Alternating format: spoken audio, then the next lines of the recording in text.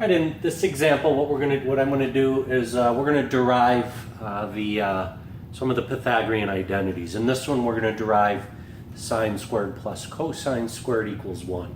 So how do we do that? Well, we know here the relationship between r and theta and x and y is this right here. This distance is x, this distance is y, this is our radius, that's our angle theta.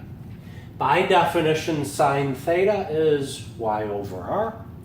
Cosine theta is adjacent over hypotenuse x over r. By the Pythagorean theorem, x squared plus y squared equals r squared. And that's this right here.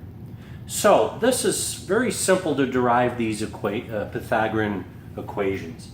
If we divide both sides of this equation by r squared, we get x squared over r squared plus y squared over r squared equals r squared over r squared. Well, this we can write as x over r quantity squared. This we can write as y over r quantity squared. And anything over itself is 1, so we know this is equal to 1. Well, what is x over r? X over r is cosine theta. So this is cosine theta squared. Y over r, well, that's sine theta. So this is sine theta squared. And that's equal to 1.